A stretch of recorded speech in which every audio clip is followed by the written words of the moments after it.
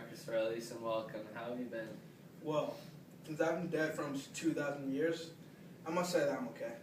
Wow, that's great. I spent part of my freshman high school year learning about you and the other great emperors. You are a very interesting man. Thank you, Matt. You don't express much emotion, do you, Emperor Aurelius? No, I don't.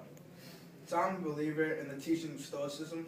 I believe that emotions arise from false judgments, and that a person who has reached moral and intellectual perfection will not have emotions, such as myself. That's interesting. What inspired you to be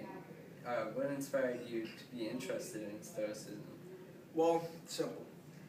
I've been taught by several students of Stoicism. In some of my work, I mentioned that I borrowed a book of the works of the Stoic philosopher Epictetus from Rusticus. It was ultimately Epictetus who made me interested in Stoicism. However, I am not opposed to listening to other ideas and concepts from other philosophies. You mentioned Rusticus. Who is he? Quintus Junius Rusticus was a teacher of mine and one of the most renowned Stoic philosophers of his time. I have nothing but respect for that man. Alright. Those are very nice answers. They were. So Emperor, let's begin with your life. Can you explain your life to me and a dozen of people, or for the dozen of people who are watching this? Certainly. I was born Marcus Aeneas Verus on April 26th in 121 in Rome, Italy. And I was born into the Aenea family from the southern Spanish province of Baetica. My father was Aeneas Verus, and my mother was Domitia Lucilla. The year I was born, my grandfather had his second consulate, and he was well on his way to reaching a third. He also served Hadrian as the city prefect. The family I was born into was not particularly famous. They had produced two consuls in the 2nd century BC. The most famous Aenei was Milo, whose use of violence helped to destroy the Free Republic, and my grandfather. At the age of 18, I was adopted by Antinous Pius, whom I succeeded as Emperor of Rome in 161 at the age of 40. I was married to the beautiful Faustina the Younger, who was born in 129, therefore being 8 years younger than me. In 145, and my wonderful wife bore me 13 children. We were married for 30 years despite rumors that she poisoned and murdered people and that she was unfaithful in our marriage. But I trusted her and defended her with my life. Sadly, my wife died in an accident in 175 and I was heartbroken. I reigned as one of the 5 good emperors until my death in 180 of a disease. Oh, so you're saying that you didn't come from a much celebrated prominent family? That is what I'm saying. We didn't have many well-known family members. However, we will become a distinguished family near my birth. I believe that I have brought fame to my family by the wonderful work I did as emperor. I wanted to please the Romans, and since I'm considered one of the 5 good emperors, I think it's safe to say that I've done that. Wow, that sounds like an inspiring story. You grew up in a family that wasn't one of the prominent families at first, and yet you still grew up to be a well-known figure in history.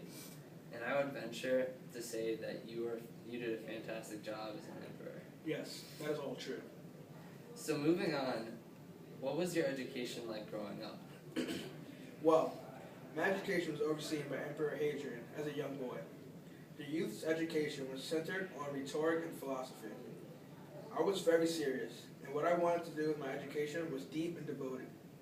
This led to Emperor Hadrian to take an interest in me, thank the gods. He began to call me Verissimus, which means the most truthful. I received many accolades as a young man, and I think that Emperor Hadrian thought that I could be his successor for a long time. My adoptive father, Pius, would eventually ascend to power because his adoptive son, Commodus, who was Hadrian's first choice of succession, had died. However, it did still work well for Hadrian because I would one day become emperor, as he hoped. It seems like you had a pretty good education. I wish I could have had the same perks as you. Yeah, well, not everyone gets adopted by an emperor. So now, would you explain your rise to the reign as emperor? Of course. I held the consulship in 140 and 145 and received the Tribunica Potestas and the Imperium Proconsulare. The Tribunica Potestas meant tribune of the people, and it gave me the right to veto. The Imperium Proconsulare gave him control of the government. About a month before my birthday, on March 7th, Emperor Pius, God rest his soul, met his demise. However, he made it clear that he wanted me to be his successor. No one opposed that decision either.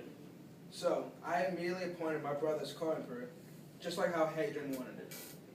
Our official titles were Emperor Caesar M. Aurelius, Antoninus Augustus, and Imperator Caesar L. Aurelius, Verus Augustus. The military qualities that came with the name Imperator were soon showing, for we were receiving pressure from Britain, and from the west, Parthia was becoming a threat, and in 161 we went to war. The tension had been building up since the last few years of Pius's reign, and that pot finally overflowed. I sent my co-emperor Verus, and through the might of the powerful Roman Empire, most of Parthia's significant cities were stormed and decimated. We defeated the Parthians and even put a Roman on the throne. Wow, it sounds like you had an impressive victory, Emperor Aurelius. It was, but it was not to be celebrated long, for the Germans were becoming a threat too. Our first campaigns against the Germans were highlighted by the untimely death of my brother Lucius Verus in 169 during the war, leaving me as the sole leader. This would become the most difficult part of my life. The Germans would invade Italy for the first time in almost 300 years, and the effects were immediately felt. To defeat them, I isolated each tribe and defeated them separately. I had appointed my son Commodus as a colleague of mine, and I wanted Commodus to continue the war, but he only wanted to return to Rome and create peace. So was it difficult transitioning from being a co-leader to only leader? Actually, the transition was pretty hard. But through it all, I was still able to be considered one of the 5 good emperors. I'm still remembered for the work I did as emperor. Do you wish your son Commodus would have stayed in the German wars? Yes, I strongly advised my son to, but to my disappointment, he exited the war because he was only interested in the riches and the comfort that was in Rome. Well, alrighty then. Emperor Aurelius, I understand that you had written a book known as The Meditations. Yes, Matt, I did. Do you mind telling us about it? Sure. My reputation as a philosopher rests upon this work. They were more like a personal journal because I wrote them in no particular order. I'm aware that many scholars today are unsure whether they are in any order, or the chapters show a break in my thoughts. Well, I'm not really sure about that. I just wrote and wrote and wrote. But I was basically saying that there is a lot of unavoidable stuff in the world, and the sooner you accept it, the better your life will be. Also, it's important for you to strengthen your mind so you can sufficiently think for yourself. You shouldn't complain about the little things because you're only going to make yourself more miserable. You need to be calm, dignified, patient, and able to tell the truth at all times. So you sound like a very wise man, Mr. Aurelius. I can attribute that to my understanding of philosophy.